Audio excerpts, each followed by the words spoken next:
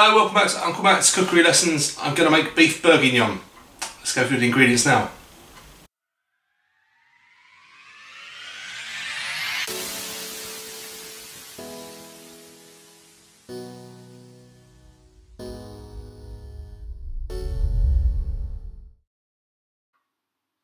So there on the screen is a recipe.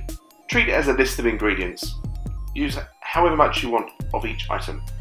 There you see some parsley, a bouquet garni, which is a couple of leaves of leek washed, filled with herbs. That is some beef chuck. I got a whole piece because I like to cut it up to the size I like. There is some bacon lardons, celery, garlic. I'm going to use that whole bulb of garlic. A couple of carrots, some chestnut mushrooms. Use any mushrooms you like, but mushrooms are fine. There's some baby onions. You could use shallots. I've got some flour at the back there for dredging, some red wine and some beef stock, and there's a pot I'm going to cook it in. Now there is fat with this, and obviously I want to remove some of it because you will end up with a greasy stew, but be selective. Don't try to trim off all of the fat. It always adds a bit of flavour. The connective tissue, it makes it tough, but with a long slow cook will make it more delicious. So there you see, I've cut them up into fairly large chunks. That's the reason why I bought a whole piece. Because if you buy diced, you've got no choice. You've just got little bits, which is annoying. Also, it's quite often the bits the butcher can't use up anyway.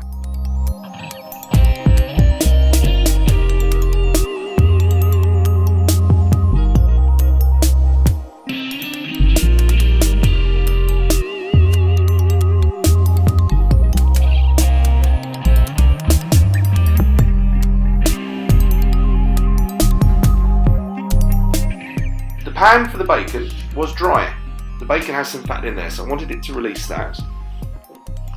When the bacon is nice and crispy, you're going to oik it out, and then we're going to get the beef in. And there's a little bit of fat in there from the bacon, so I'm not going to add any oil at this stage, or butter. Try not to overcrowd your pan.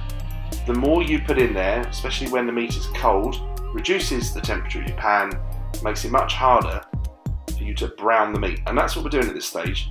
We're not cooking this, we're browning it. And I like to brown it before I dredge it with flour. Otherwise it just makes a total mess of the pan, I find. So take your time, open a window, close the door, or wherever your smoke alarm is, because this will trigger that, I guarantee it. Anyway, coming out there, don't panic about the brown bottom of the pan. Keep going. I'm doing this meat in batches. All that residue, it's got a funny French name, it's called a fond for some reason. Someone might tell me why. Anyway. Peel onions. Don't forget to leave the bit of root on the bottom, otherwise they'll just break up when you cook them. Feel free to buy pre-peeled frozen baby onions, but I think these are nicer. There's a bit of core, just demonstrated very nicely. Prep the mushrooms, just go through them. The bigger ones I've cut them in half, the medium ones and the small ones I've left them whole. I gave them a bit of a wash as well. They did have a bit of grit on them. Give them a little brown in the pan. I did add a drop of water to these just to help them start cooking and take off a little bit of the residue that's building up at the bottom of the pan. There you go. Same again with the onions and a little bit of butter because I just can't help it. It makes everything just a little bit better.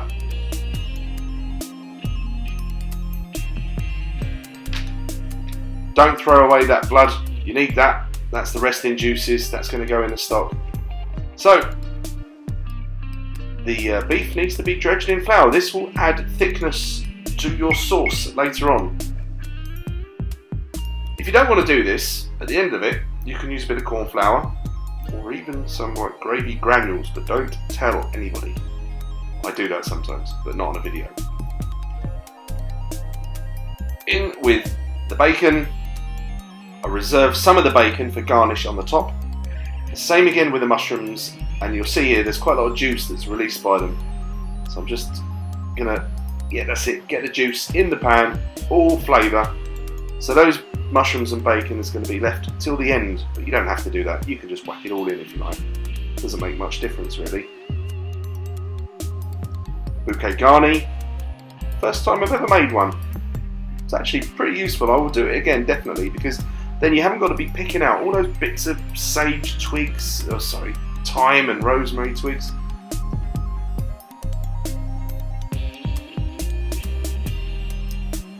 Red wine.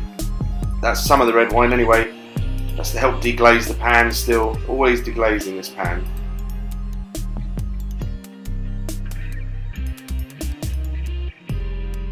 So I've got a little bit of colour onto the onions. They're going to go in the pot with everything else.